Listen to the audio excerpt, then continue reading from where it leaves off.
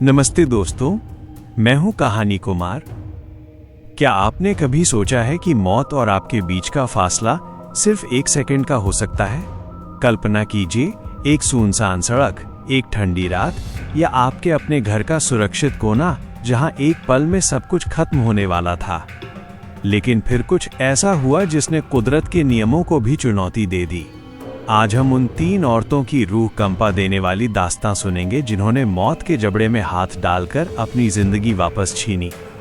ये कहानियां सिर्फ अपराध की नहीं है, ये उस इंसानी जज्बे की हैं जो टूटना नहीं जानता।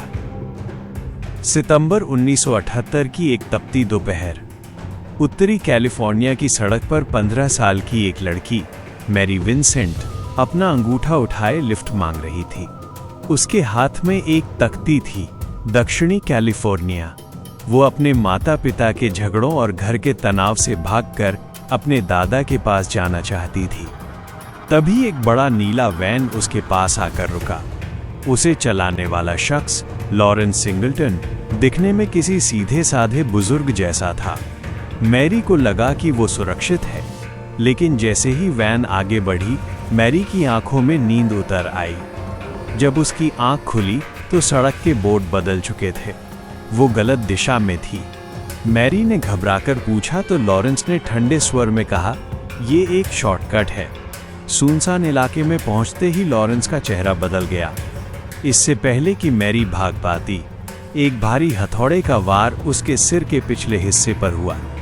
दुनिया धुंधला गई। लॉरेंस ने उसे वैन के पीछे घसीटा और पूरी रात उसके साथ जो दरिंदगी की, उसे बयान करना भी मुश्किल है।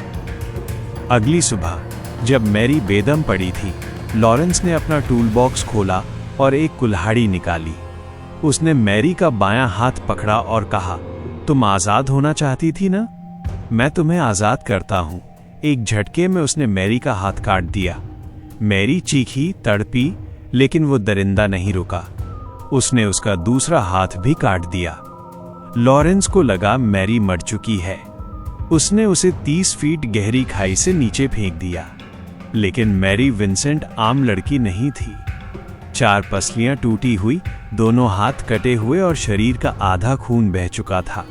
फिर भी उसने हार नहीं मानी। उसने अपने कटे हुए हाथों के ठूंठों में गीली मिट्टी भर ली ताकि खून का बहाव रुक सके। बिना हाथों के वो 30 फीट की खड़ी चट्टान पर रेंगते हुए ऊपर आई और सड़क तक पहुंची। उसे एक जोड़े ने बचाया और वो बच गई। अदालत में मैरी ने अपने नकली हाथों के साथ उस दरिंदे का सामना किया।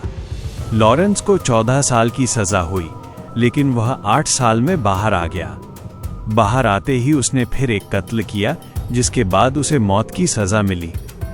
मैरी आज भी जिंदा है और दुनिया भर के पीड़ितों के लिए एक मिसाल है।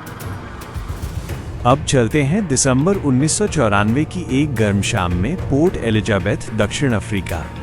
27 साल की एलिसन बोथा अपनी सहेली को छोड़कर घर लौट रही थी। जैसे ही उसने अपनी कार पार्क की, एक आदमी ने चाकू की नोक पर उसे कार के अंदर धकेल दिया।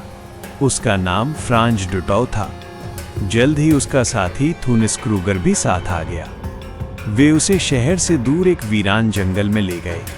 वहां उन्होंने उसके साथ हैवानियत की सारी हदें पार कर दी। जब उनका मन भर गया तो फ्रांज ने कहा, इसे मरना होगा। उसने चाकू से एलिसन का गला इस तरह रेता कि उसकी सांस की नली, ट्रकिया, कट गई। उन्होंने उसके पेट में 36 बार चाकू घोंपा, जिससे उसकी अंतड़ियां बाहर निकल आईं। हत्यारों ने उसे मरा समझकर छोड़ दिया। एलिसन को एक अजीब सीसीटी जैसी आवाज सुनाई दे रही थी।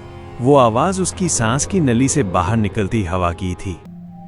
उसका सिर उसकी गर्दन से अलग होकर पीछे की ओर लटक गया था। लेकिन एलिसन ने तय किया कि वो नहीं मरेगी।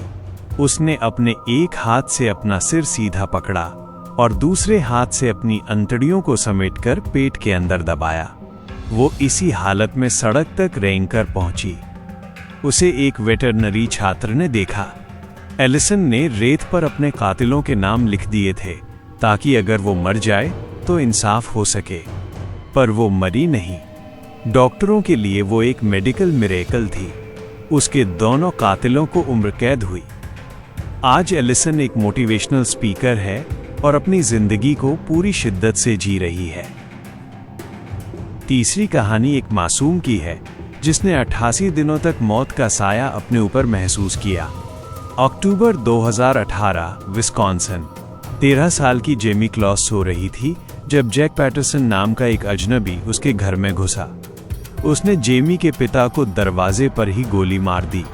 जेमी और उसकी मां बाथरूम में छिपे थे। जेक ने दरवाजा तोड़ा, जेमी के सामने उसकी मां को गोली मारी और जेमी को उठाकर अपनी कार की डिग्गी में डाल दिया।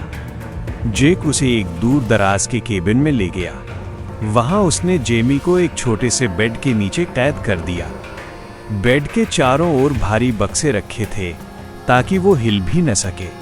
वो उसे घंटों बिना खाने पानी के वहीं रखता था। 88 दिनों तक वो मासूम उस अंधेरे में कैद रही।